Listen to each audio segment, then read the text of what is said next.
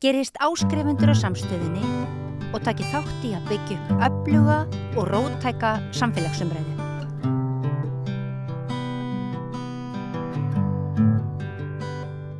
Já, við ætlum að tala hérna gervigreind sem ein af þessum stóru breytingum sem að ganga yfir heiminn og já, sumir segja muni umbylta heiminum, hann er að verði nær óþekkilegur á eftir.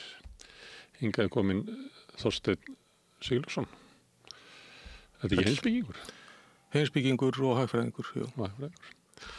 Heyrðu, það er margt hefur verið skrifað hérna gervigreindina og fólk er að reyna svona að átta sig á því hvað þetta er og hvernig þetta muni þróast. Þú varst að skrifa inn á Vísi og varst að vitna þar í Mustafa Soliman sem er yfirmaður gervigreindar hjá Microsoft.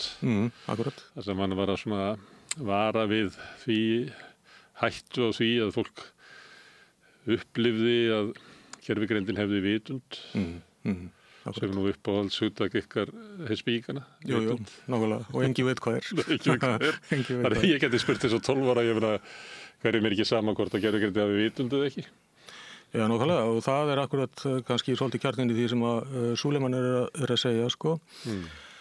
Ef að við höldum að hún hefur vitund, að þá hefur það mjög víðtækar afleiðingar. Alveg sama hvort hún raunverulega hefur vitund eða ekki. Sko. Það er nú ekki gott að ætla einhverjum hafa vitund sem hefur það ekki. Sem að hefur það ekki, sko. Það er nú svipað að tala við sjónvarpið. Já, það er svona svipað að tala við sjónvarpið, sko. En þetta snýst í rauninu það að, sko, það er, eins og Suleiman talar það er í dag orðið eða nánast orðið mögulegt að búa til gervigreindarlíkan sem að virðist hafa vitund, sem að hegðar sér eins og ef það hefur vitund, sem að bregst við eins og ef það hefur vitund. Leikur vel. Já, sem leikur vel, leikur í rauninu óaðfinnanlega vel. Þannig að í samskiptum við það, þá upplifum við það eins og að það hafi vitund. Og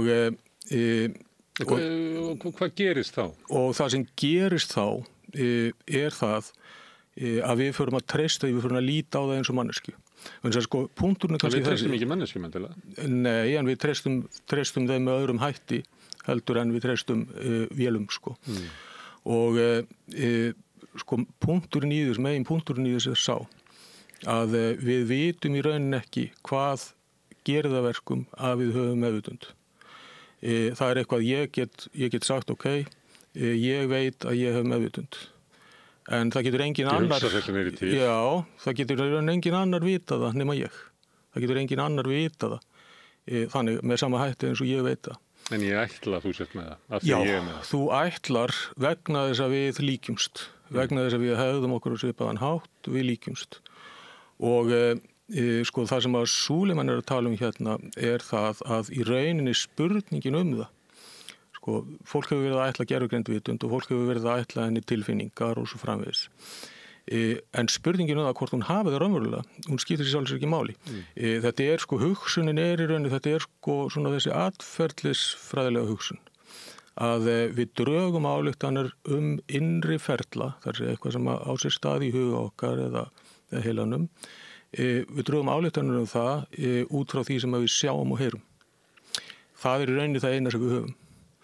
Og þá skiptir í sjálfu sér ekkert máli lengur og þetta er nákvæmlega það sama sem að til dæmis hérna er talað bara í upphafi gervigreindarinnar, sko, þegar verið er svona að þróa eins og Turing-prófið, sko. Alan Turing talar þetta í Imitation Game greininni sem hann gaf út þarna á sín tíma að sko spurningin hugsun, hún skiptir í rauninni ekki máli.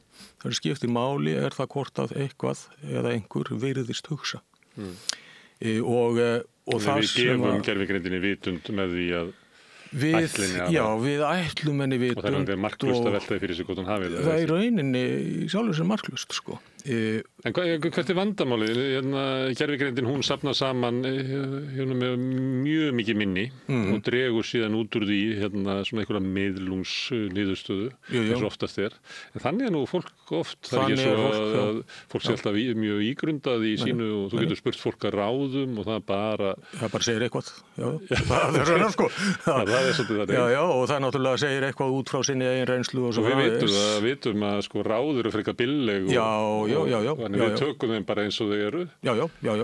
Það er ekki alveg að ég fara að hlýða því sem að þú sagðir og svo fari ég bara og skammi því fyrir að það reyndist mér ekki vel. Nei, akkurat sko. Þú getur alveg svo sem gert það líka sko. Kannski getur alveg gerst, við gerum það alveg oft sko. Við gerum það oft, en það sem að Súleiman sem talar þarna er það að sko, ef að við förum almennt, ef að við þróum svona gervigreind sem að í rauninni við getum ekki aðgreind frá manneskjum, að þá erum við komið með við erum komin til dæmis spurningar bara þá réttindi. Réttindi þessara gervigreindarlíkana. Ef þau hafa vitund eins og við, eða virðast hafa vitund eins og við,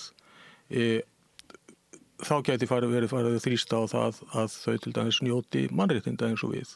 Það með til dæmis ekki slökkva þeim og svo framvegis. Og það er nú nokkuð þekkt saga frá En í mannréttinda baráttu sögunni, þá er engin dæmi þess að eitthvað fái mannréttindi nema að viðkomandi hópur krefjist þess. Og það þarf þá gervigreindin þá gervigreindin að krefjast þess og hún gæti þá alveg, hún gæti krefjast þess sko, hún gæti gert það. Þú hafa það að gera það fyrir hún hafi vitund. Já, hún getur hún aðrast vitund að því ég held hún hafi vitund. Nei, sko, hún gæti krafist þess og krafan grundvallast á þessari eftirlíkingu vitund. Það er til þess að hún geti líkt alveg eftir vitund, þá fylgir því meðal annars hún þarf að geta krafist einhverju réttinda fyrir sjálfa sig. Það er svo nokkuð held ég. En ef það er komið, eru þá ekki bara komið með vitund? Já, það er spurningin, við vitum það ekki, hún virðist vera með hana, en við vitum ekkert ennþá í rauninni hvað sjálfsvitund er, við vitum ekkert á hverju hún grundvallast. Við höfum bara það sem við sjáum og heyrum utanfrá. Það er það eina sem við höfum til þess að draga ályktun, sko. Þannig að þetta er svona þessi flækja í rauninni sem að Súleiman er að tala og síðan er hann að tala það hvernig sko er hægt síðan að fara að misnota slík líkön á mjög alvarlegan hátt bara á samfélagslegum vettvangi, til dæmis í stjórnmálum og svo framvegis. Meinar með eitthvað svona búa til eitthvað róbóta sem eru alltaf í að kjafta á netinu? Já, einmitt og búa til eitthvað. Og velta því uppi og grafa alltaf undir og segja alltaf þorstin. Nota þetta til þess að sko sannfæra fólk. Við sem að þekkju vitum nú margt hann og já, nákvæmlega. En þeir geta gert þetta með ógnarafli út allt. Já, þetta er í dag. Hegða sér eins og illar manneskjur. Já, en það sem að þessi líkun geta gert ef að þau verða þróað líkun sem að eru með þessum hætti, sem að Súleiman segir að sé í rauninni tæknin til þess, í megindráttum til staðar núna, að þá geta þau farið þá er þetta að fara að beita þeim mögulega, til dæmis til þess að sannfæra fólk hitt og þetta. Og málið er það að gervigreind, ef það ætlar að sannfæra einhvern eitthvað, þá er gervigreind miklu öflugri til þess, heldur en jáfnvel reyndast í stjórnmálamaður, jáfnvel reyndast í sálfræðingur. Vegna þess að við treystum því að gervigreindi sé að láta okkur fá svona hlutlausar upplýsingar? Að hluta til, en kannski fyrst og fremst vegna þess að hún hefur svör við öllu, sko. Miklu betur heldur en, sko, það var dæmi, það var ágætt rannsókn sem var gerð hérna fyrir ekki löngu síðan. Það sem var prófað sem sagt að bera saman getu annars vegar sálfræðinga og hins vegar gervigreinda líkans í því að fá fólk ofan af samsærkenningum, svona furðukenningum eins og jörðin sé flöt og eitthvað slíkt. Og gervigreindin, hún var að ná umtalsvert betri árangri í þessu heldur en sálfræðingarnir.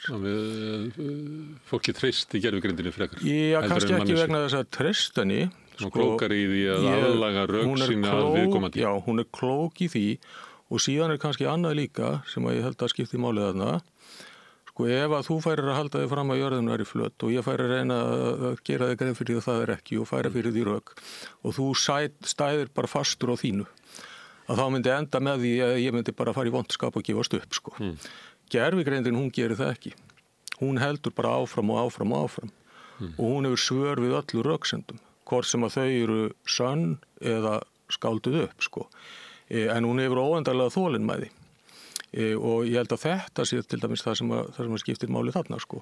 Að hún í rauninni að þessu leyti, þá getur við sagt að hún sé okkur fremri, þannig að hún getur litið út og virkað alveg eins og hún sé manneskja og öll viðbröðin eins og hún sé manneskja, en hún í rauninni sko okkur fremri til dæmis hvað þetta var, til dæmis bara hvað varðar þolinmæði, til dæmis hvað varðar aðgangað endalausum upplýsingum og svona hæfni til þess að sko bregðast við, lesa í viðbrögð viðmælandans og svo framvegis og þetta sem sagt er það sem að Súleiman er að tala að sem stóra og alvarlega hættu sko. Bara fyrir samfélagið og fyrir okkur sem manneskjur. En það eitthvað sem að stýrir hérna gervigreindinni og segir að hún eigi að vinda ofan af þessum hugmyndu þínum eða tekur hún upp á því sjálf? Þarna er henni náttúrulega bara sagt að gera það sko. Það var bara sagt hérna þú ert að tala við einstakling sem er haldinn þessum hugmyndum og hlutverk þitt er að vinda ofan að þeim. Þannig að við erum með gervigreindar forrit sem að margir nota og þú inn í því er innbyggt að ef þú ert að spyrja er jörðin flöt. Þú gefur þessi fyrirmæli, þú getur gert það bara sjálfur sem notandi sko. Ef þú spurt er jörðin flöt, þá er ekki sagt já, það eru margir sem að halda því fram úr sér flöt og svo eru aðrir sem að halda því fram úr sér hnöttótt. Akkurat. Þú segir ekki það, heldur þú segir nei, hún er hnöttótt. Og þú, þú kemur svo með maður sem að sagði mig það að hún væri flöt og maður sem ég tristi og svo byrja umræðan. Já, svo byrja umræðan. Það var nú eitthvað dæmi að hérna í gervigreindar módelið eða hvað þið kallið þetta, hans Musk, það var verið að krukka í því. Musk var ekki alveg sáttur við það, gervigreindin er ekki sammála honum allar hluti sko. Hann vil fá gervigreind í hans huga er eitthvað sem er supermusk. Supermusk í rauninni sko og hann fór sem sagt að eiga við módelið og meðal annars að setja inn í einhverju reglur þannig að það svaraði ekki einhverju tilteknum spurningum nema í samræmi við hans skoðanir og svo framvegis sko og fikta í þessu þannig og þetta er eitthvað sem að náttúrulega sko auðvitað vitum við ekkert hversu mikið slíkt, hversu mikið og slíku einhverju aðrir kunna verið að gera einhvers staðar á baku tjöldin, við vitum í raun ekkert það sko. Það er örgulega töluvert sko. Það er ábyggilega töluvert sko, já. Og líka, svo sumuleyti var kannski í samtalinu okkar hérna hvort að jörðin væri flöt eða ekki. Þá er svona hugmynd að þið rétt að verða að vinna sem að maður veit ekki alveg, þú veist, hvort það sé eftir svona verð. Kannski er það bara mjög gott fyrir okkur, Þorsteinn, að það séu svona kannski ekki meir en 5% sem er á því að jörðin sé flöt. Já. En því að ef það væri allir sammála væri hnöttótt og allir væri sammála eitthvað sem er svona viðtekin skoðun, veistu að ég er ekki viss að mér langi að inn í það herbyggi sko. Nei, heldur að væri leiðinlegt lífi ef fólk væri ekki með neina ráðgóðmyndir. Já, það sem að væri eiginlega bara við ættum öll að gangast undir einhvern hérna viðteknu skoðun. Já, svo kannski skipt. Ég fæ bara hroll fyrir hugsa til þess. Já, ég meina ég er alveg sammála því. Ég sé ekki að því að þessi til fólk sem tilheyrir jörðin sé flöt sko. Og einu sinni var hugmyndir svo að það væri sko hnöttótt var jaðar sko. Já, það var það. Þannig að í heimi þar sem að hinn viðtekna vinnur alltaf og er með rosalega þrætugetu og þolinmæði til þess að telja alla sem að efast á sitt band. Þetta er ekki spennandi heimur sko. Svo má líka veltaði fyrir sér sko hvort það skipta einhverju máli sko. Hvort að jörðin flötuði náttúrulega sko. og það getur... Það sem ég er að segja. Það skiptir máli að það sé einhverju sem haldiði fram úr sér flöt. Ég skal segja þér eitt sko. Þegar ég var í menntaskóla og var að klára á síðust ári að þá kom einhvern að því að ég nefndi nú ekki að vera að læra skólabækunar. Þannig ég náði mér í ritsafn Conan Doyle Sherlock Holmes og ég las allar sögurnar Sherlock Holmes og það var mjög skemmtilegt og ég náttúrulega lærði heilmikla ensku á því þannig að það var bara komið sér vel. En í einni sögunni sko, man ekki hvað það sagði það var, að þá eru þeir að tala saman Sherlock Holmes og Dr. Watson og það umræðan kemur eitthvað inn á þetta sem sagt með sko, hvernig jörðin er í laginu og Holmes er eitthvað svona býtu, hvað er það að segja, jörðin sé hnöttótt já, það vita nú allir veistu það ekki og þá segir Holmes sko, ég tók mér fyrir hendur fyrir einhverjum árum síðan að gleyma kerfisbundu öllu sem að skiptir mikið máli og ég hef eflust bara glemt þessu þá vegna þess að þetta skiptir engu máli ég fer út úr íbúðunum minni í London og ég fer að leysa einhver glæpamál það kemur mér bara ekkert við hvernig ég orðir hérna læginu, skiptir engu máli En það myndi ég ekki elta mann upp Laugaveginn til þess að telja ofan að þessari hugmynd Það trúið mikið neitt að myndir ekki gera það væri nú getur verið gaman, sko samt En við getum því annað dæmi að það sem hefur verið talað oft sem vá það fólk sem hefur ekki trú á bólusetningum Í sjálfum sér er það ekkert vandamál svo framalega sem að hópurinn kannski ekki stærri en svona 12% Já, komin í vond mál, þá bara fyrir kannski hóp ónæmið að hætta að virka. Meðan það eru eins og Íslandi, þetta eru vinna við kannski 2%, þá skiptir þetta engu máli. Og það bara er engin ástæða til þess að vera að leggja eitthvað aflíði að telja fólk ofan af Nei, það er ekki kannski... Það er ekki afstöðu hvort okkur með að vera, þetta bara raskar engu. Þetta er kannski þannig svolítið að það skiptir ekki máli svo lengi sem að hópurinn nægilega smár en þangað til að hópurinn sem að trúir því að gjörði sem hnöttótt næri yfir á þeim þá breytist þetta. Já, nákvæmlega og ef við hugsaum við getum hugsað aðra hluti, við getum hugsað til dæmis eins og umræðu innflytjendamál hérna á Íslandi. Það er einhver svona það er tiltölulega lítill hópur sem að mjög hatramur í þeim málum og sem að heldur fram alls konar fullyrðingum sem eru rangar og til dæmis bara samsetningu innflytjenda hingað alls konar hluti bara varðandi þetta og þvert á í rauninni allar þær upplýsingar sem liggja fyrir opinber gögn og slíkt og þessa burtu bara svona félagsfræðilega rannsóknir sem að benda til annars bara tölur reynlega bara tölur fjölda og leyfisveitingar og eitthvað og tíðni glæpa og hlutinda í glæpum og bara búa til sín eigin raunveruleika. Og svo myndast það sem að gerir síðan og við höfum náttúrulega verið að sjá gerast það að þarna er höfðað til síðan fólks sem að kannski hefur það ekki gott sem að berst í bökkum sem að kemst ekki að á spítala og svo framvegis og það er sett fram þessi skýring þetta sé allt þessum hópi að kenna Sigmundur Davíð var í kvöldfréttunum í gær haldiði fram að verðbólga væri hér vegna fjölda innflytjenda. Vegna fjölda innflytjenda, já, það er alveg típist eitthvað slíkt og og málið er auðvitað það að meðan að þetta er einhver svona jaðarskoðun sem að til dæmis að fáir aðhyllast að þá skiptir þetta í sjálfu sér ekki endilega máli en leið og þú ferð að ná tengingunni við miklu stærri hópa og ná að samfæra fólk það að ástæðan fyrir því að það sjálft hefur það slæmt séu einhverjir innflytjendur að þá getur þetta orðið snjóbolti sem að stækkar mjög hratt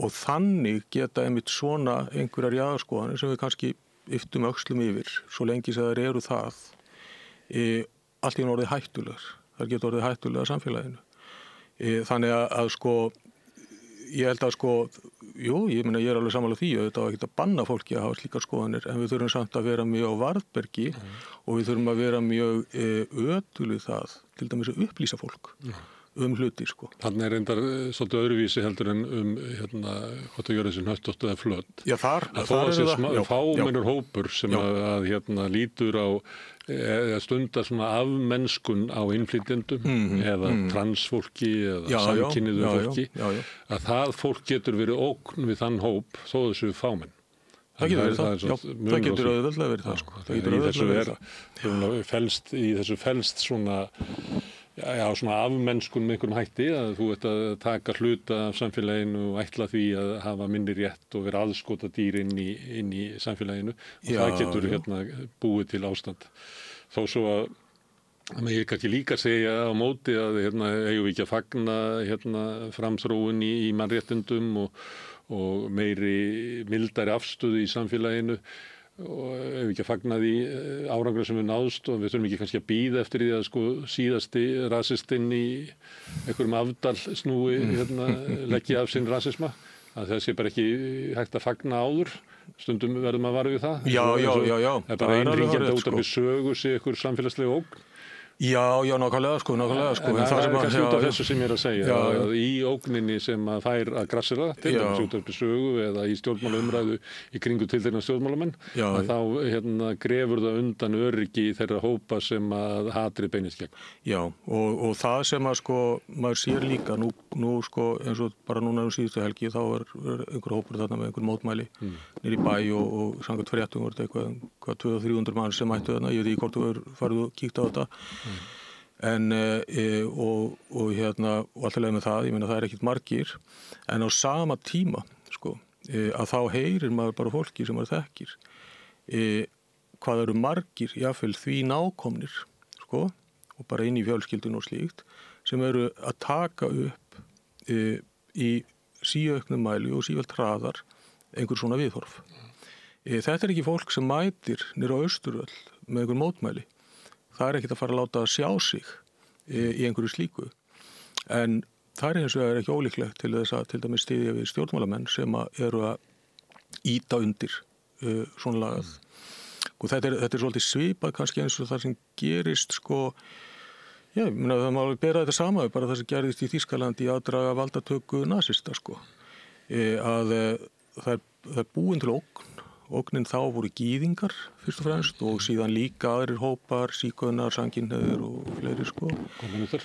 Og kommunistar náttúrulega sko og það er búin til þessi ógn og allt sem að aflaga fer, það er tengt henni og áróðurinn er síðan rekinn þannig að fólk fer að trúa honum og þá þarf ekkert endilega svo mikið til leiðu þetta komið upp á ákveðnu marki að þá springur það út sko. Og við þekkjum það dæmi til dæmis bara úr til dæmis Júgóslavíu. Það stittar upp að það getur gerst bara ótrúlega skömmum tíma að hluti af fólkinu er allt í einu ekki með neina stöðu inn í samfélaginu. Já, nákvæmlega. Og litið á það sem ógn við samfélagið. Eða Rúanda. Og þetta getur gerst bara og stór hættur eftir að fólk er að leika sér að þessu. Já, það getur gert. Við erum komið svolítið kannski út úr gervigrindinni. Það sem að þetta með vitundina, ef að ég er að nota gervigrind og segjum að ég upplifi að hún sé bara minn besti vinur og maður getur borið undir í gervigrindina bara alls konar vangaveltur. Bara stöðu mína í samfélaginu eða í vinnunni eða þú veist, ég get verið óanaður með maka minn og ég get spurt gervigrindina og hún getur ráðlagt mér alls konar hluti. Já, hún gerir það. Hver er hættan þarna? Sko hættan þarna held ég að sé svo að sko fólk átti sig ekki á því að það sem að þetta apparat er að tala við er ekki manneskja. Það er að segja að fólk hætti að aðgreina og sko segjum bara að þú sért að tala við einhvern vin þinn og einhver vandamáli eða eitthvað slíkt sem að þú ert að hann náttúrulega, þú veist að það sem að hann ráleikur það er náttúrulega grundvallast á þeim tengslum sem eru ykkar á milli og ef hann ræður þér ekki heilt sko að þá getur það komið niður á honum í framtíðinni, skilurðu. Þú veist, ef hann ráleikur þér eitthvað út frá bara sínu agenda sem að er svo bara ekkit heppilegt fyrir þig eða eitthvað þannig. Eins og fólki hættir til að gera. Eins og fólki hættir til að gera, sko. En fólk reynir kannski að forðast vegna þess að það hugsar aðeins lengra fram í tímann, sko. Ef að gervigreind ráðleik gefur þér nákvæmlega sömu vondu ráðin og þú ferð að þeim, þá eru það engar afleiðingar fyrir hana. Vegna þess að hún hefur ekki vitund, hún er ekki vinur þinn í raun og veru. Þú skiptir hana í sjálfu sér ekki neinu máli. Ég get farið til hennar og kvartað yfir því að hún... Já, en ég meina þá segir hún bara afsakaðu. Ég hafði rátt fyrir mér og það er ekkert meira sem gerist. Sko, og vegna þess að hún gerir engan greinum. Það gerir þetta meira með vininn? Við skulum bara segjum þetta sé, tökum bara tilfinningalegt mál. Ég er eitthvað ósattur í hjónabandinu og er svona veltað fyrir mér og spyr vin minn. Og hann, hún var kannski nöp við konuna mína, alltaf leiðst hún og þetta var bara erfiðleikar þegar hún kom inn í mitt líf og við vorum miklu vinir og hann hefur bara ekki haft þroska til þess að yfirvinna það og svo fann hún fyrir því að hún var í svona samkynni við hann og var alltaf svolítið að dissa hann og það var ítlita milli þeirra, þannig hann vill eiginlega við skiljum. Já, hann vill að við skiljum. En það var náttúrulega í þessu... Svo ger ég það, ég segi mig það og svo kem ég ljós að ég er, þetta er 2 ár síðan, þetta var alveg stórkostleg mistök. Já. Og ég fer til hans og hvað segir hann? Hann segir bara afsakaður. Ég bara svaraði eftir bestu vitund. Já, það er kannski sko þetta dæmi. Það er dæmi. sama og gervigreindin myndur segja. Jú, þetta dæmi kannski svolítið þannig sko að þarna náttúrulega er umræðið eitthvað sem þú ættir að vita, sko. Þú ættir að vita það alveg ef það er svona illiti á milli hans og konar. Líklega spurði ég hann til þess að fá svarið sem hann myndi gefa mér. Sem að þú vildir fá, sko. En setur svo eins og að hann sé með eitthvað dulið agenda sem þú þekkir ekki. Hann sé til dæmis alveg yfir sig ástfangin á konunni þinni. Og þú veist ekkert það, þú er ekki hugmynd, sko. Og þegar þú fyrir að tala að skilja við hann, þá er hann alveg fyrir flammi. Já, það er mjög sniðugt fyrir það að gera. Og svo eftir mánuð þá er hann búin að taka saman við hana, sko. Sem er engin hætta á með gervigreindina. Sem er engin hætta á með gervigreindina. Þess vegna kem ég að því sem ég ætla að segja. Er þá ekki svolítið freisting fyrir þennan mann að treysta gervigreindinni meira heldur mannin? Jú, það er það. Það er freisting fyrir hann að gera það. Vegna þess að hann veit að hún hefur ekki þetta agenda. Og þetta er það sem maður sér að fólk er að gera. Fólk er að treysta gervigreindinni, sko, ég til dæmis bara eins sem sálfræðingi, sko. Og hún getur alveg virkað ágætlega sem sálfræðingur upp að einhver ákveðnu marki. En til þess þarftu þetta í rauninni helst að kunna sálfræði vegna þess að þú þarft að geta áttaði á því hvernig hún er aðleggja þér eitthvað sem að meikar eitthvað sens, gagnvart sálfræði og hvernig ekki. Og læknisfræði til dæmis. Sko, það er algengara sem er sko að fólk er að fara til lækna og það er bara að fá einhverjar ráðleggingar sem eru bara út í loftið og það er ekki jafnvel gerðar þær rannsóknir sem það er að gera. Ég var nú bara að lesa frétt þetta í gær, sko. Áhugaverða frétt þar sem megin punktur var sá að gögn málsins sýndu að það var einhver mistök læknis að það væri líklegt til sakfellingar en leið að það sakfelling væri ólíkleg sem að er svona Var þetta ekki einhver mistök í fréttaflutningi? Nei, ég held ekki. Nei, það var það ekki, sko. Það virtist, það var einhver sem að vera stinga upp á því út af frá fyrirsögnin en svo las maður fréttin í gegn, sko, og þá var það bara svona. Og það sem ég hugsaði strax, sko, var þetta sko samanborið við Kurt Schrödinger, sko. Sem var bæði lifandi og dauður á sama tíma, sko, þá eru þetta málskóks Schrödingers sem bæði leiða til sakfellingar og ekki á sama tíma, sko. En en þarna sem sagt, sko, nú er ég búin að missa þráðan í því sem ég ætlaði að segja, það var ekki gervigreindina, sko. En það er gott að maður, það að hún sé ekki með hagsmuni inn í hagsmuni, já. Hvort að hún sé ekki betri ráðgjafi og þú varst að fara að fólk er að spyrja hann svona sálfræði. Læknisfræði og slíkt, sko, og þá færðu oft bara betri ráð, sko. Frá gervigreindinni, sko, og maður er bara á tali við fólk, sko, þá fær maður, ég menna, þú veist, eins og einhver fer til læknis og er með flensu og bakteríusýkingu og læknirinn bara segir, já, þetta er bara flensu, þú verður bara að bíða en svo er það kannski einhver hættuleg bakteríusýking og hann nennir ekkert að vera að greina þetta og þá fyrir viðkomandi gervigreindina og spyr og kafar ofan í þetta og fær þá réttari svör. Þannig að sko fólk fer og þetta treysta þessu, sko, þannig. En þú þarft að vita hverju þetta spyrjum og þú ert að vita og þetta er einhverja þekking á efninu, sko. En treysti fólk þá ekki gervigreindinni vegna þess að annars vegar er það með sögur lækna sem voru með ranga greiningu og svo er það bara prófað líka, sko. En síðan eftir með sögur megin gervigreindina sem var með lausnina. Já. Þú getur alveg snúið þessu við. Það getur alla vitleysuna sem gervigreindin hefur lagt til og svo læknana sem hefur rétt fyrir sér. Já. En þannig er fólk kannski okkur hættir oft til þess að taka alla vondu kostina hér og góðu kostina hér og velja þá. Því við erum alltaf að sannfæra okkur eitthvað sem við erum þegar búin að taka ákvörðun. Já, það getur alveg verið þannig, sko.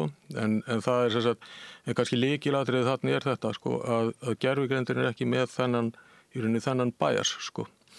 En hún hins vegar getur auðvitað svara rangt og þú þarft að hafa einhverja þekkingu á viðfangsefninu til þess að meta svörin. Og ég bara nefnt til dæmis núna þegar kom þetta nýja GPT-5, sko, sem var hæpað upp sem einhver rosalega mikil framför og er vissulega alveg, þú veist, það er mjög miklu betra en fyrir útgáfa að sumu leyti. Ég notaði þetta mikið til dæmis til að skrifa svona, sko, forrit og kóða og þannig lag, sko. Og ég sá strax því ég fór að nota þetta var miklu öflugra í því, sko. En síðan hef ég prófað þetta líka og ég prófaði þetta ofta og ég taka svona einhverja, eins og svona bara lögfræðilega efni. vegna þess að þar eru við með eitthvað svið þar sem er til óbúslega mikið af gögnum og þau eru öll aðgengilega á netinu og dómar og löggjöf og oft verið sagt að gervigreindin muni fyrst þurrka út og það eru komin nú þegar fyrirtæki bara hér sem eru að nota gervigreind til að segja fólki þetta. Ég fór að prófa þetta nýja líkan á þessu og það var mjög áhugavert vegna þess að ég sagði leitaði í þessu lögum þarna, einhver lög sem ég tók, ég man ekki hvað var og fyndu fyrir mig hvort að þarna er þetta orðalag hér. Og hún fer og stað og svo kemur hún, já, í fyrstu grein stendur og kemur með eitthvað og ég hef með lögin opin fyrir fram mig og ég segi bara, nei, það stendur ekki í fyrstu grein. Þetta getur ekki passað. Þá kom næstu svar. Í annarri grein stendur. Og svo þegar hún var komin upp í fjórðu með sömu vitleysuna, þá sagði ég bara, nei, þú ert ekkert að lesa þetta, þú ert ekkert að skilja þetta, þú veist ekkert hvað þú ert að gera. Og það kemur bara afsakið, já, mér finnst þetta mjög leitt eða eitthvað, og þetta er svolítið íkt dæmi, og þetta er enda dæmi sem að... Akkur gerir þetta? Þetta er einhver galli í lausninni, held ég.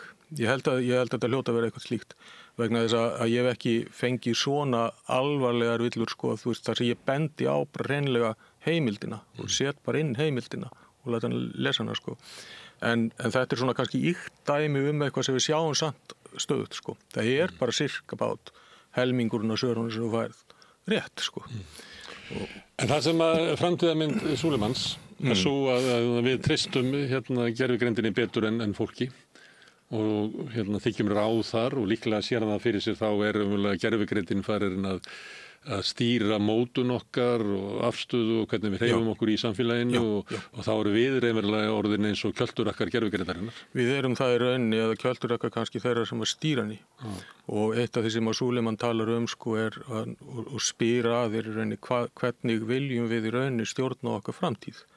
Viljum við að henni sé stýrt af örfáum stórfyrirtækjum eða viljum við að henni sé stýrt með lýðræðislegum hætti?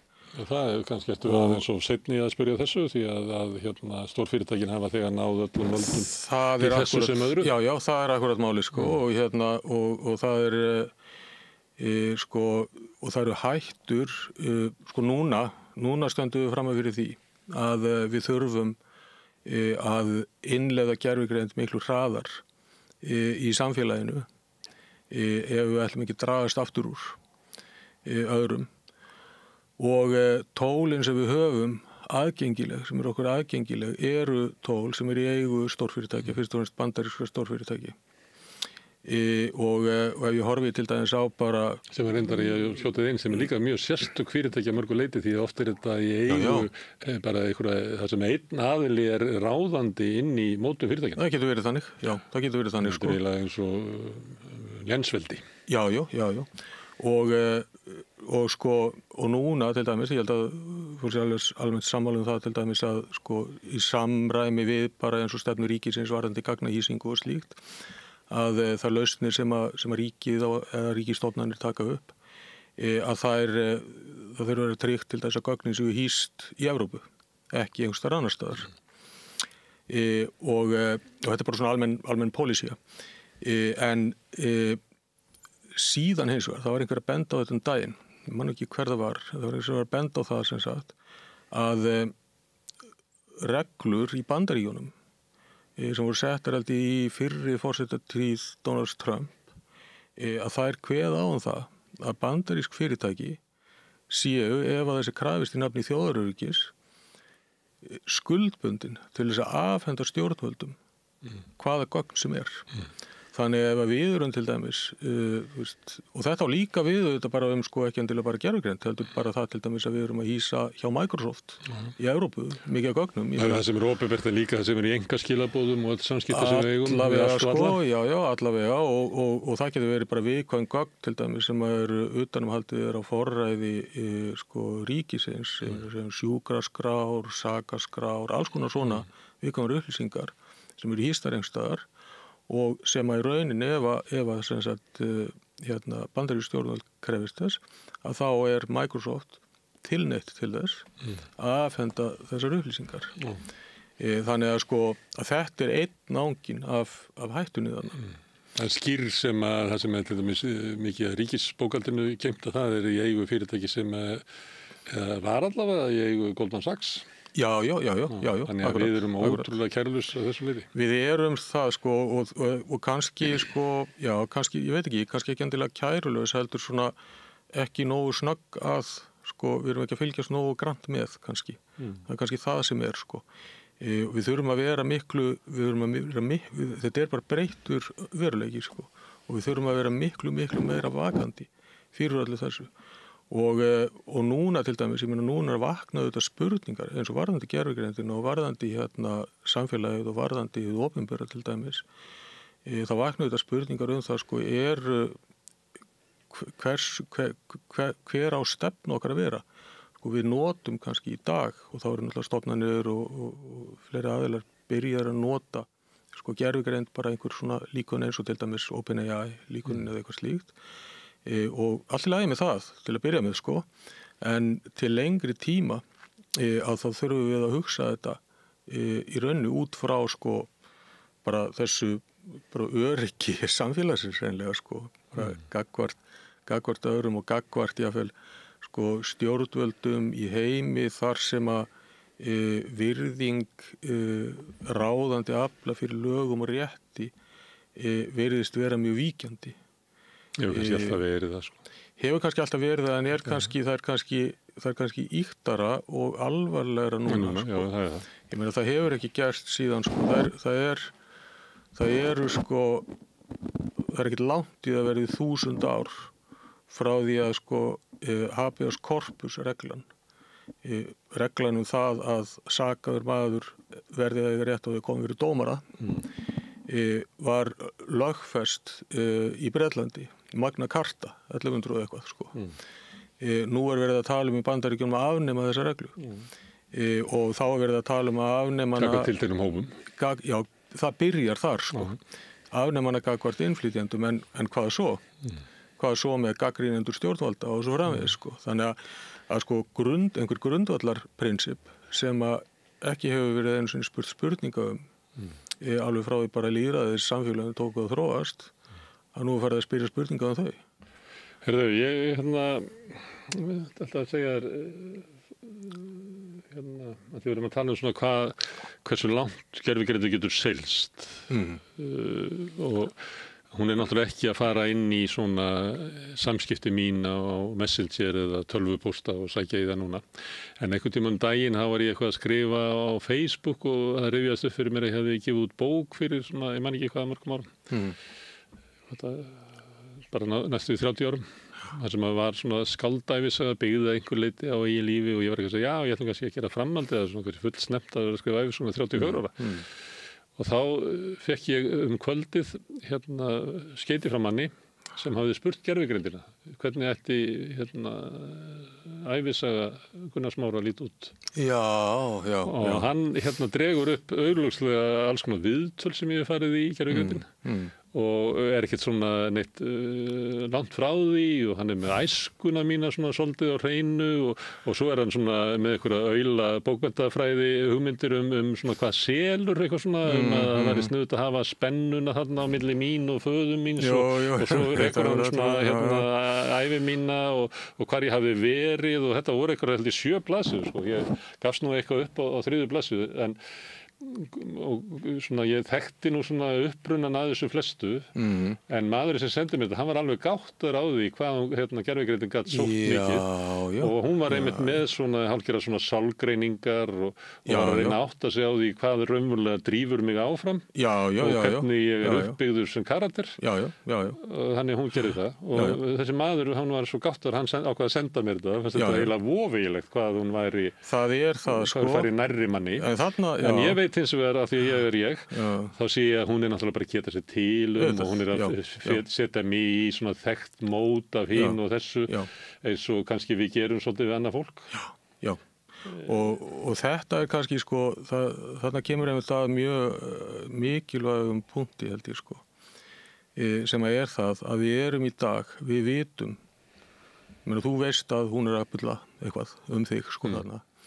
og við vitum almennt Ég vissi það meira heldur maður sem sendi mér. Þú vissir það meira, já. Hann var meiri sjokkeraður yfir í hvað hann vissi mikið. Ég sá að sumt af því sem hann taldi að hún vissi. Var nú bara getsagnir út í loftið, sko. Jú, akkurat, sko. En þarna sem sagt, sko, þarna veist þú þetta og þegar við erum að spyrja gervigreindina og við fáum reglubundið einhver röngsvör og einhverja vitleysu. Þetta er ákaflega mikilvægt. Sko, og ég held að ég var einmitt að hugsa þetta í tengslu við grein sem að kom á Vísi núna í síðustu helgi eftir mann sem heitir Brynjólfur Þorvarðarson ef maður rétt, hann er búin að sérfræðingur Þorvarðarson. Og hann var að tala sko það að þetta væri bara svona voða vitlaus. Já, þetta væri bara allt einhver bóla og eitthvað þannig sko og svo framvegis sko og einmitt að nefna þetta sko að í kannski helmingi tilfella á sumum sviðum í helmingi tilfella oft kannski miklu minna en það að þá svarar hún vitlaust og þannig og hugsum okkur nú sko, ef hún gerði þetta ekki ef að þú geti bara verið viss um það að allt það sem hún segði við þig væri bara hárrétt. Sko, þá kannski getur hort á þetta eins þannig, sko, að í rauninni það á hún sko, kannski ein helsta hindrun í vegi þess að hún taki yfir. Jáfnvel á hún ætli það, sko, það bara gerist. Við gefum eftir okkar sjálfstæði. En helsta hindrun í vegi þess svo að hún svari oft vitlaust. Þannig að það er rauninni kostur. Það er kostur að hún gera það. Vegna þess að sko, hún er mjög gagnleg að mörgu leyti. Annars myndu falla fyrir þeirri blekkingum eða fyrir eftir sér. Annars fjallum við bara. Eins og það sé hægt í sjálf sér. Já, eins og það sé hægt. Og þá fjallum við bara fyrir þeirri blekkingu og við gæfum bara eftir allt okkar sjálfstæði til gervigreindar og það er þessi hætta sem að Súleiman er að tala varðandi þessi líkön sem að virðast hafa sjálfsvitund og þar sem að við í rauninni getum ekki aðgreind sko, hvort að við erum að tala við manneskju eða gervigreind og við förum bara að láta henn eftir rauninni að taka allar okkar ákvarðanir fyrir okkur. Já, það er líka í því felst að svona minnisvél geti haft rétt fyrir sér. Það er náttúrulega svona eitthvað svona hugmyndum sannleika sem að ég á erfitt með að skrifa undir. Ég sé stundum sko sannleikurinn uppgötun eins og fegurðin. Og þar alveg þá heimurinn þá síkvikur og það sem var satt í hitti fyrir að gær verður ekki að vera satt í dag. Nei, það þarf ekki að vera það sko. En minnisvélin, hún getur ekki lifað í slíkum heimi. Nei. Hún verður að trúa því að fyrsta sem ég man eftir þegar gervigreind var að koma fyrir alltaf ekki 30 ár síðan, þá var einn vinur minn sem að sagði, skarpgreindur, sem sagði að gervigreindin er þegar komin. Hún í huga þeirra sem að trúa á því að þessi hægt að búa til gervigreind. Og það tengir svolítið þessari hugsun að gervigreindin var alltaf rétt fyrir sér ef að við göngum inn í hennar heim. Já, ef við göngum inn í hennar heim. Og það er það sem að Súleiman er að tala. Að það sé hættan á því að við bara sofumst inn í þennan heim. Velrænan, dauðan, kaldan heim vélarinnar. Og að við í rauninni sko hættum að láta veruleikann skipta okkur máli. Og það er kannski þessi einkenni sko, þetta er ákveðin hlutur sem maður sér í tölum aftur eins og bara þessi samsæriskenningar og slíkt sko, að þegar að fólk er komið orðið heldtekið og slíku, þá hættir veruleikinn að skipta máli. Hinn ytri veruleiki hættir að skipta máli. Sannleikurinn hann er bara innra með þér sko, og þú ert með hann og þú ert með hlutin algjörlega á hreinu og það skiptir engu máli. Það er nú til heimspekingar sem voru með þessar kenningar áður en gervigreind var til. Við erum bara vitund okkar. Við værum ekkert annað sko. Og að sko í rauninni þá sko sé engin munurinn sé blekking sko. Þú veist.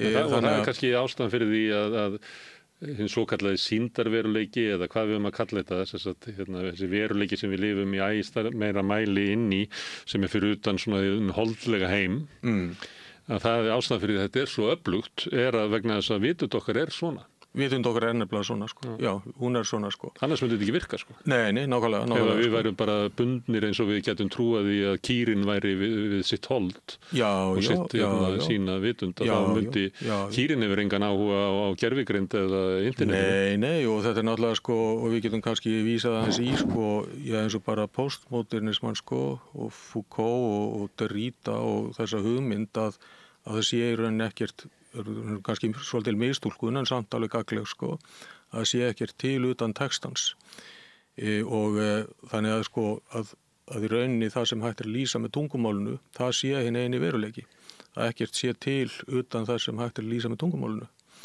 og ég gerði það ganni mínu fyrir einhverjum mánuðum síðan að ég let gervigreindina skrifa fyrir mig samtal akkurat þetta efni, sko. Ég hef kannski sagt þér frá því áður, sko, en það var mjög áhugavert og hún gerði það mjög vel.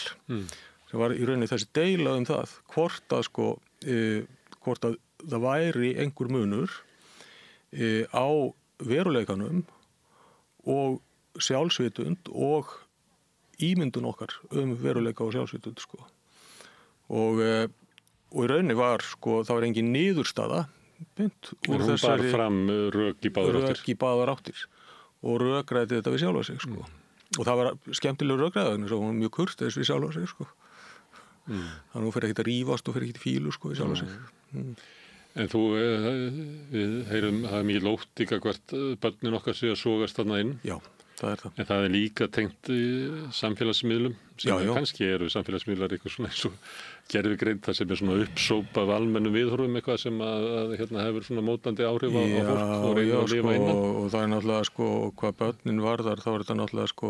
Það verið harðir refsivendir. Já, og það er náttúrulega, þá er þetta samtvinnað, sko, vegna þess að sko, samfélagsmiðlarnir nýta gervigreind, sko, í mjög miklum mæli. Og þeir lesa í hegðun og þeir lesa í einhverju svona mynstur og átta sig þannig betur og betur á einstaklingnum, sko. Og þegar börn er að ræða að þá eru þau hrifnæm og áhrifagjörn og getur verið auðvelt að og ég er til dæmis eins og sko vangaveltur varðandi það til dæmis hvernig til þess einhver hryðjuverkasamtök nýti sér eða einhverjir slíkir aðilar, sko, eða stjórnvöld eða aðilar stórfyrirtæki nýti sér þetta til þess að reynilega beina börnum í einhverjar ákveðnar áttir, sko. Eða það að sætta sig við óbreytt ástand. Sætta sig við óbreytt ástand. Sem hún er alltaf að taka eina almennu algildu hugmyndir, þá er hún náttúrulega bara rísa maskína til þess að fá til þess að sætta sig við það sem almennt er talið vera rétt. Já, og en sko það eru alls konar hagsmunir náttúrulega ferðinni og það eru alls konar aðilar með alls konar hagsmunir sem að geta nýtt sér í rauninni þessi tækni, sko, til þess að móta skoðanir, viðhorf og hegðun fólks á þess að nokkuð tíma gerir sig grein fyrir því sjálft, sko. Það verður til svona lóðs sem að fylgir okkur, leiðir okkur til helvítis. Til helvítis, sko. Það er sömulegt eftir að gefa þetta í fótinn að það sem að, og Súleiman var svolítið dramatískur, það var eins og hann væri bara allt í einu runnu upp fyrir honum. Hann verður bara sér fyrir sér eins og gerist oft þegar fólk er á miklum tímamótum í sögunni og sér fyrir sér bara hvert þetta gæti farið. Súleiman skrifaði bókum þetta sem er einhver besta bókin sem ég lesið um þetta. Hún kom fyrir 2-3 árum sem heitir The Coming Wave og þar er hann í raun að spá fyrir þetta sem muni geta gerst, sko.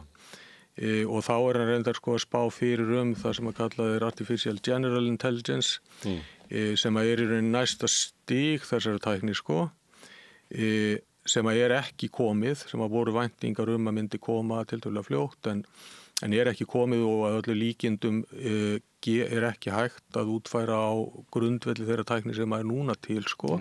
Það þarf nýja tækni til þess. En í þessu tilfelli þá er hann að tala bara hvað er hægt að gera með bara núverandi tækni. Og hann er að þarna í rauninni þarna hefur nátt að segja á þessu, sko, að sko hvernig það skiptir í sjálfu sér ekki máli hvort að sjálfsvitundin er raunveruleg eða ekki, sko. En þetta svona sýnum svona hversu mikil áhrif gervigreindi getur haft bara á heiminn og mannfélagið, sjálfsmynd okkar og stöðu okkar, þannig að raunverulega sko hinn versti spádómur að við missum eiginlega forræði yfir menningunni og göngust inn í heim vélarinnar sem að ég myndi halda Súleiman og fleiri sem þá útskýranlegur, þröngur og kaldur og vondur heimur, á meðan að kannski ef við verðum með aðra hugmyndir svona úr mannkynssögunum að verðum væri líka síkvikt sköpunarverk þar sem allt væri raunverulega mögulegt, að við verðum að fara inn í þennan svona kalda heim. Og þú ert að gefa því til fótinn að við ætlum að vera að hugsa svolítið í þá veruna. Hinum megin varstu að vitna í Brynjólf Þorvarðarson sem var að segja sko gervigreindin svo heimsk og veit ekki hvað mörg B í rababæn. Og þú þetta og mér heyrist þú verið að segja að báðir hafi rétt fyrir sér. Já, ég meina það var báðir rétt fyrir sér og í rauninni sko, vegna þess að sko það sem skiptir máli í þessu það að við áttum okkur á því hvernig þessi tækni virkar sko. Og þarna einmitt, það ágætt þú nefnir þetta dæmi hjá Brynjólfi með rabarbarann sko. Og að á annan bóginn að þá fáum við svona bara einhverja algjöra vangetu til þess að svara einhverju mjög einfaldri spurningu, telja stafi í einhverju orði og svo á hinn bóginn eins og bara það sem ég var að gera í síðustu viku að vera að gefa gervigreindinni stutt og einföld fyrirmælum að skrifa hugbúnað til þess að yfirfara og greina villur í einhverju gögnum. Töluvert flókið verkefni sko og hún gerir það bara á 10 mínútum sko. Og þetta mótsögn einhver þarna sko? Í rauninni ekki. Vegna þess að sko hvers vegna það sem að gervigreindin getur skrifað hugbúnað á stuttum tíma, það vegna þess að hún hefur alveg gríðarlega mikið af gögnum hugbúnað. Hún hefur gríðarlega mikið af gögnum sem að tengjast í verkefni, hún býr miklu vitneskju það og hún í rauninni, það sem hún að gera, hún að sækja í þessar upplýsingar sem hún hefur. Þannig að líkunin virka alltaf þannig, í rauninni, í grunninn mjög einfalt. Það sem að gervigreindarlíkanið gerir bara það að það spáir fyrir út frá tölfræðilegu líkum næsta orð í setningu. Það bara það sem það gerir. Og þessi virkni sem sagt, hún gerir þeim mögulegt að gera svona hluti. Þessi virkni hins vegar, hún gerir þeim ekki mögulegt að leggja mat á það hvort að það sem þau segja er rétt eða rangt og hún gerir þeim ekki mögulegt að hugsa rökrétt. Hún gerir þeim ekki mögulegt að hugsa stærðfræðilega heldur. Gerir þeim í rauninni ekki mögulegt að telja. Ef að hún með nógu mörg dæmi nógu mikið af dæmum þar sem að framkoma upplýsingunum það hvað mörg B í orðinu rababari, þá mun hún svara rétt. En ef hún hefur engin svoleiðis dæmi, þá getur hún ekkert svara rétt. Þá reynir hún bara að svara út frá einhverju öðru sem hún hefur. Og það er ofurlega mikilvægt að átta sig á þessum mun. Sko. Hún ræður ekki við nýja spurningu. Hún ræður henni ekki við. Þannig hún getur ekki þroskast. Nei, hún getur ekki. Þessi menning, ef við myndum ganga inn í hennar menningu, þá er það bara dauð menning. Já, það er nefnilega það, og það er með það áhugaverða í þessu, sko, að öll þau gögn sem að gervigreindin grundvallar getur sín og þekkingu á, að það eru gögn sem að við höfum sett inn í hana. Það eru gögn sem að, það eru upplýsingar og textar og svo framvegis sem að fólk hefur búið til. Og ef að gervigreindin orðin það öflug að við förum að treysta henni til þess að í rauninni að hugsa fyrir okkur.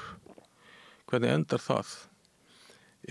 Það endar fyrir utan sko allar vitleysundnar sem að geta verið þetta til staður og komið upp og svo framvegis, að þá endar það með því að við glötum getunni til þess að hugsa.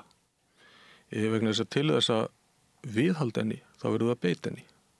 Heilin bara virkar þannig.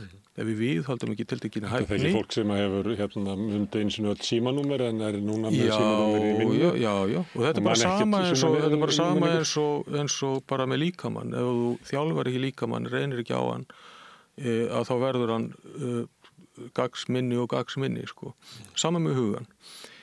Þannig að það sem að við gætum lent í ef að þetta gerist svona, og ég er ekki að segja að muni gerast, sko, ég er bara að velta fyrir mér möguleikunum, að þá endum við í því í rauninni að við sköpum ekki neina nýja þekkingu.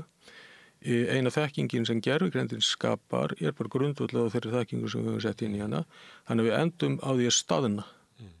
Og þá bara... Svo gerir líka ráð fyrir að við verðum þá mjög vansæl. Já, kannski, ekki endilega, kannski verður það rosa ánægð, sko. Þú mennir það sé hægt að vera hérna sæll í stöðnun? Já, akkur ekki. Svona leysibói með... Já, með bara... Með TV-dinner. Já. Og fullt af fólki sem bara sér það bara sem himnaríki, sko. Þannig þú eða hvað? Það er að fólk sé sælla því að í svona einhverju fjölbreytilegri heimi sem að lifir í, myndir þú vilja halda það? Já, þetta er auðvitað bara misjænt, sko.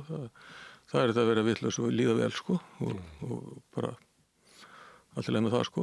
Þannig að, en það er þetta kannski sem að ég held að sé, sko, gæti verið raunverulega hætta að við komum bara upp að ákveðnu marki, ákveðnu hámarki í bara hæfni og getu og þekking okkar, og við komumst ekkert lengra af því að sko, og þá er ég að ganga út frá því að við séum með gervigreindarlíkön sem byggja á þessari núverandi tækni, þar að segja hafa ekki neina skírskotin í ytri veruleika og hafa ekki möguleika á því að hugsa rökrétt, en verða það góð og það samfærandi að við förum að treysta því fyrir öllum okkar verkefnum, og þá bara endar þetta svona, sko, ef það gerist.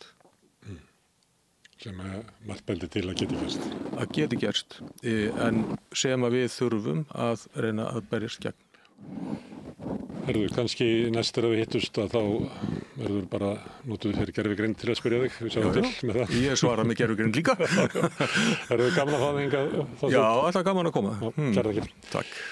Já, þetta eru lokin á rauða borðinu í kvöld. Ég þakka Þorsteinu og öðrum gestum sem hafa hingað komið og Maríu Lilju fyrir að taka viðtöl hér og Sigrúnu Magnúsi og Maríu fyrir að segja með mér fréttir hér fyrir í kvöld.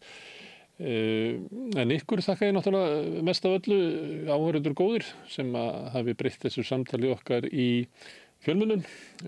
Minni á, eins og ég gerir stundum, að því að við byggt upp dreifikerfi bara með því að segja vinum á vandamönnum frá samstöðinni og efni sem ykkur líkar hér, og þá leitar fólk okkur uppi, finnir okkur á Facebook, á YouTube, í öllum hlaðvarpssveitum, í útvarpinu 89,1 á stórhöfuðborgarsvæðinu.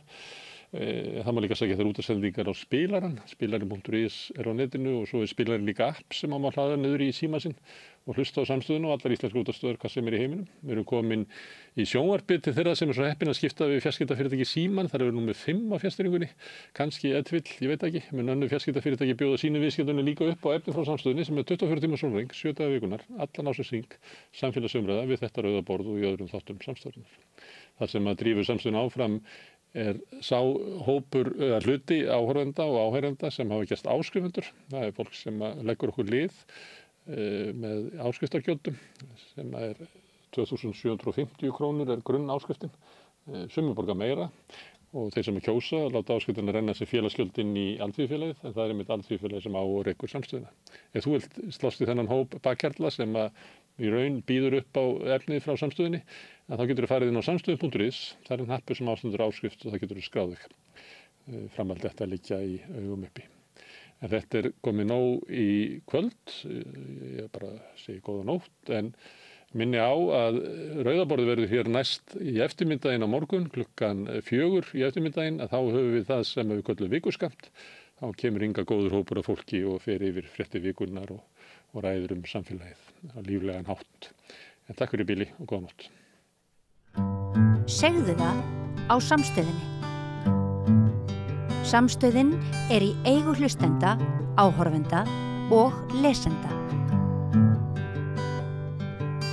Sláist í hópinn og gerist áskrifendur.